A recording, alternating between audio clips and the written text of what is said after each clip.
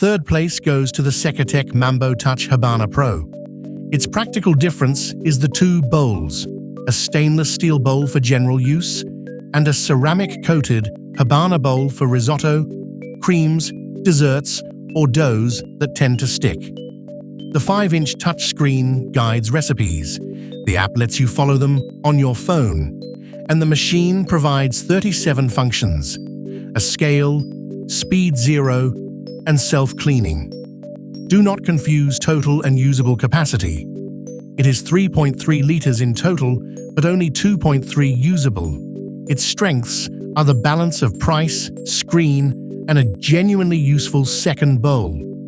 Its weaknesses are usable volume, the 120-degree limit, and a smaller display than the top two. It ranks third as the best value choice for delicate recipes, although it is not the strongest option for large families or hard browning.